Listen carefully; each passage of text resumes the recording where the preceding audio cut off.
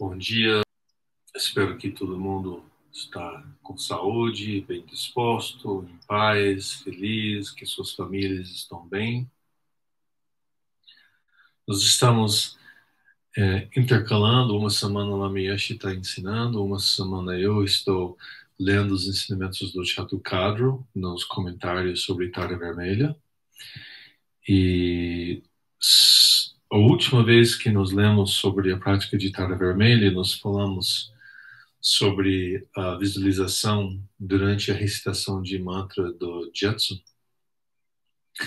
e como nós emanamos os 5 cores de vermelho, branco, verde, amarelo e azul, e com esses 5 cores nós transformamos os 5 venenos nas 5 sabedorias. E hoje de manhã nós vamos falar um pouquinho que na primeira página da prática de Tara fala das influências negativas como aflições demoníacas, doenças e obstáculos. É importante ressaltar que quando nós falamos de aflições demoníacas, a ideia tibetana de demônio é um pouco diferente do que a nossa ideia ocidental de demônio. Então, o Chaddukadra aqui vai explicar um pouco mais sobre essa diferença. Então, vamos lá. Quando a força da confusão diminui, seus reflexos em termos de karma negativo, doenças, aflições demoníacas e obstáculos também diminuem. Os tibetanos querem dizer várias coisas com a palavra demônio. Inclusive, designar seres que pertencem ao reino dos fantasmas famintas e que, por causa de sua insatisfação e sofrimento, causam mal aos seres humanos. Então, nessas 2 sentenças, ela falou muita coisa. Então, em primeiro, quando a força da confusão diminuir, seus reflexos em termos de karma negativo, doenças, aflições demoníacas e obstáculos também diminuem. No caminho espiritual budista, claro, nosso objetivo é a iluminação, de transcender todo o sofrimento e as causas de sofrimento. Mas é importante lembrar, tem muitos relatos dessa transformação ser instantâneo, imediato. Mas para a maioria das pessoas, a grande maioria, é um processo gradual, em que gradativamente nossas negatividades, nossas confusões, nossas emoções afetivas, pensamentos negativos vão diminuindo de forma suave e gradual. Também ela fala que a palavra demônio pode significar um ser que pertence ao reino dos fantasmas famintos. Fantasma faminto não é uma categoria só. É uma palavra que abrange todos esses seres invisíveis que nós chamamos espíritos, fantasmas, demônios, dos mais malignos até os mais poderosos. E tem incontáveis tipos diferentes desses fantasmas famintos. Tanto mais você vai ouvindo os ensinamentos, quanto mais você vai ouvindo sobre novas categorias dentro dessa nome de fantasmas famintos. Nós, também é importante que eles têm essa capacidade de fazer mal para nós, seres humanos. Mesmo sendo invisíveis, eles energeticamente podem nos influenciar. Então, acho que muitas pessoas já tiveram essa experiência de repente, ter um mal-estar você passa em frente de um lugar esquisito, um lugar abandonado, um lugar com muita energia pesada, de repente você começa a sentir mal, passar mal, ou ter pensamentos esquisitos que você nunca tive antes. Então, a influência deles pode manifestar dessa forma até, em certas situações, de manifestar sintomas de doença. Nós não conseguimos vê-los. Eles não possuem realidade inerente, embora tenham a mesma realidade relativa que nós temos aqui no reino humano. Eles vivem sob constantes tormentos e devemos ter grande compaixão por eles, rezando para que venham a ser liberados de seu sofrimento. Nós somos fascinados por esses seres. Por exemplo, às vezes fabricamos filmes de terror com nossas imaginações grotescas, mas esses demônios externos são menos relevantes para a nossa situação do que nós chamamos os demônios internos. Quais são os demônios internos? O demônio dos 5 venenos da mente, que são ignorância, apego ou desejo, inveja, raiva,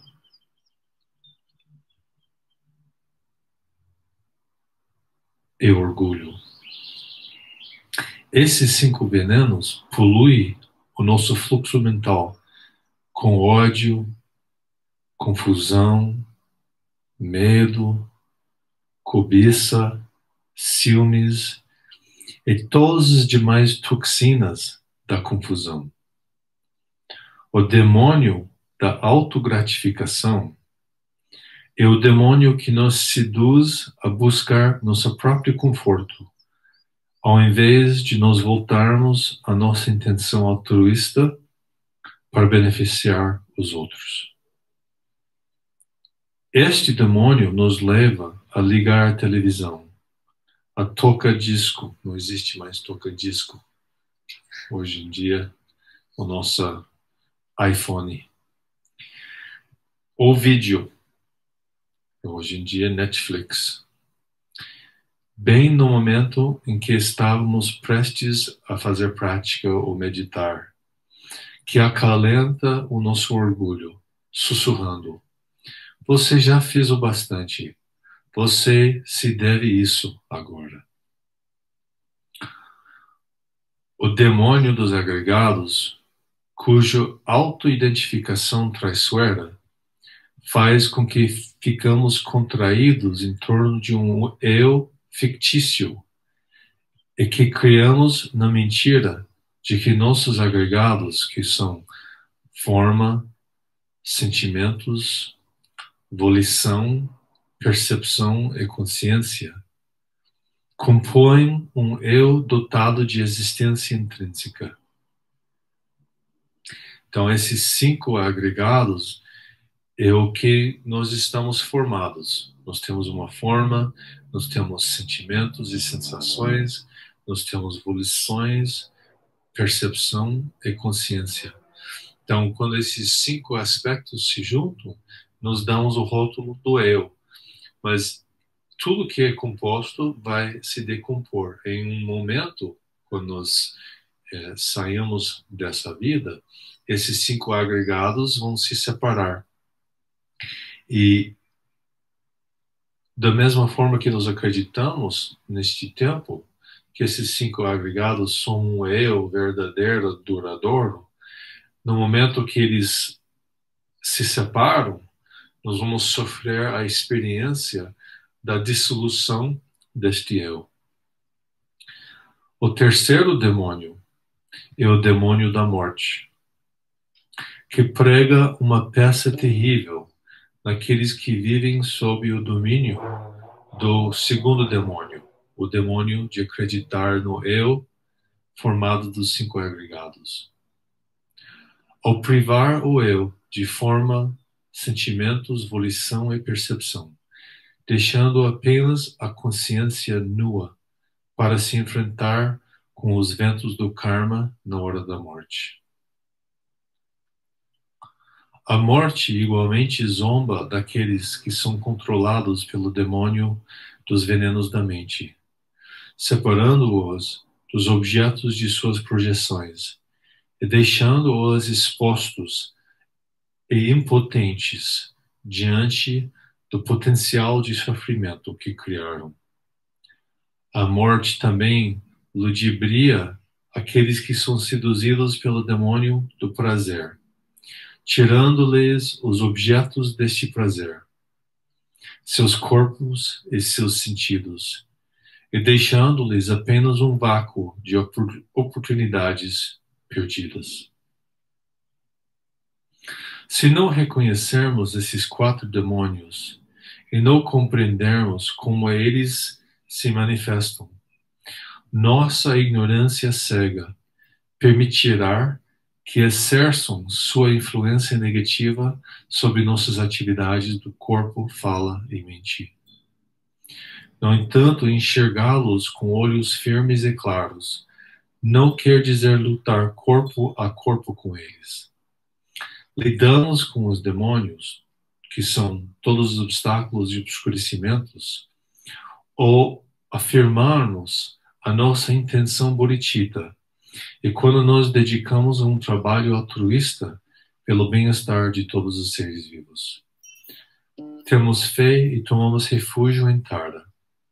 Fazemos a prática de acordo com as instruções do Lama, que foram transmitidas por meio de uma linhagem perfeita. E confiamos que os processos da prática irão nos libertar dos demônios da confusão.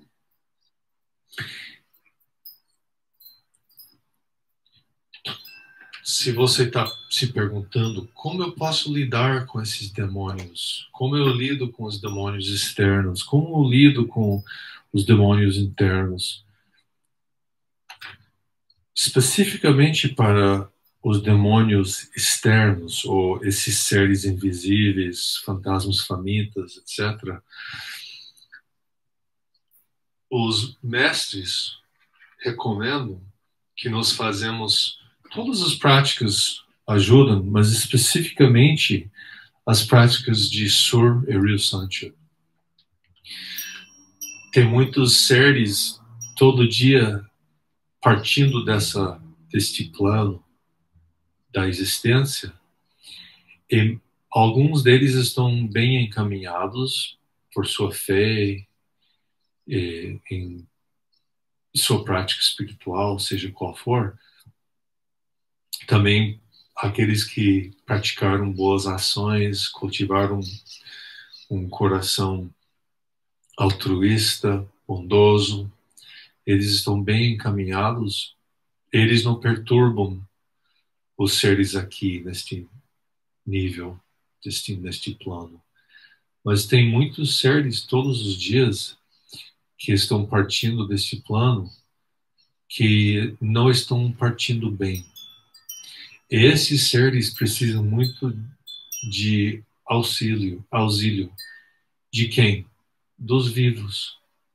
Então, da mesma forma que esses seres invisíveis, esses espíritos ou fantasmas famintos, podem nos influenciar energeticamente, também nós podemos os influenciar energeticamente. Até mais do que eles conseguem nos influenciar, apesar de nós não conseguir enxergá-los. Por quê? Porque eles não têm o fardo do corpo físico. A mente deles é muito mais afiado, muito mais sensível. Em alguns textos dizem de 7 até 10 vezes mais sensível do que nossa mente. Então eles têm uma certa clarividência, apesar de ser tormentado por suas confusões e alucinações. Então, quando nós fazemos prática para eles, eles vão sentir muito as oferendas, a nossa bodhicitta, a nossa compaixão e nosso amor. Se você sente esses seres, se você tem essa sensibilidade, ou talvez até fica perturbado com essas sensações, não tenha medo. A resposta é compaixão.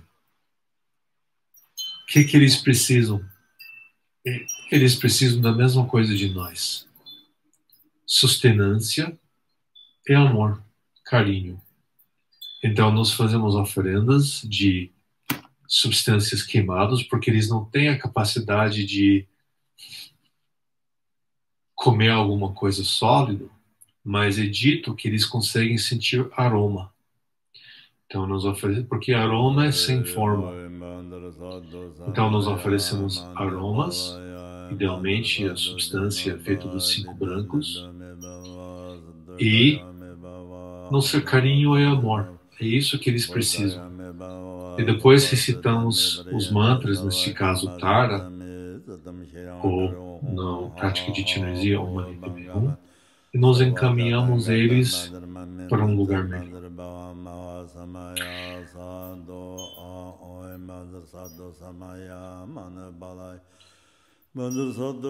E agora, com tantos centenas de milhares de pessoas, até passou 1 milhão agora que morreram da coronavírus, o vírus, o Covid, é uma lembrete para nós que, na verdade, isso está sempre acontecendo. Só quando é dengue, quando é câncer, quando é doenças cardíacas, nós aceitamos, nós estamos acostumados. Ah, isso é normal.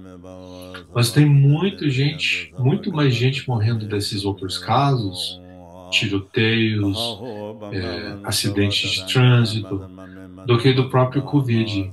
Mas nós acabamos aceitando isso como normal e não dando tanta ênfase. Mas este ano, com tantas pessoas partindo de Covid, nós estamos sentindo essa presença mais na nossa pele mesmo.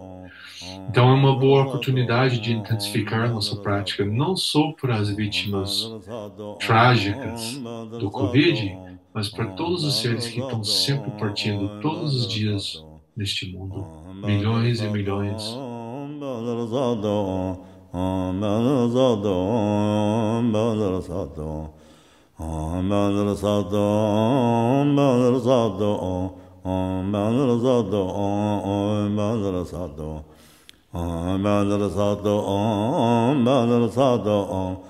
Om